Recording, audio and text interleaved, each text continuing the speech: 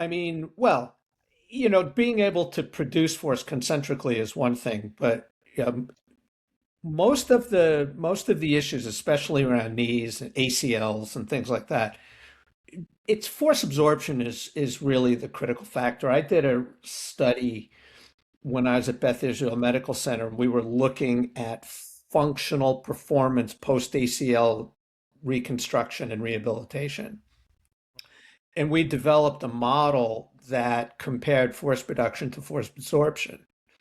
And because no one at that time had done that, like everybody was looking at just hopping distances and things Yeah. like that.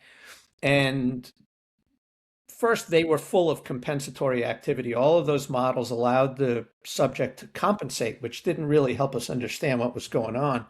So what we did was we created a test that eliminated the compensatory strategies and also compared force production to force absorption. And we found that the people who struggled the most were able to produce force, but they couldn't absorb it. So force absorption, eccentric activity is critical to effective motion control and especially the health of a knee joint. So focusing on deceleration is really important. So you basically looked at uh, kind of the global tension is an expense of everything. So you're looking at where that leaks, where the compensation is, and then but keeping free movement and be able to uh, objectively measure that. How were you looking? So how would you objectively measure that by eliminating that compensatory action? Were you looking still at distance? Were you looking at ground force production? Um, what would help identify that?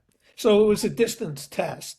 We called it the hop and stop test. It was published in the Journal of Orthopaedic and Sports Physical Therapy. And it's a distance test, but what you do is you constrain the person so that they can't fling their arms, they can't swing their legs, they can't throw their trunk into it. They really just have to use the leg to project themselves over a horizontal distance. And so the maximum force output would be how far can you hop? Now you could measure the force being applied into the ground, but there, back to correlation, there's a direct correlation between how much force you generate. Of course, you need to apply that force in the right direction. So that is a key biomechanical construct. And then how far can you go? And then that's the force production side. The force absorption side is, so that was done with a hop, by the way. You're hopping one leg landing on the same leg. The force absorption side is a leap, meaning you take off from one leg and you land on the opposite leg. That's a leap. So you're basically taking off, let's say, from the left and you're landing on the right. And it's how far can you go and stick the landing, not just land and fall over, but actually stick it. So think of a gymnast doing some type of an aerial maneuver and having to stick the landing on at the end of it. That's what we asked them to do, which is a force absorption issue.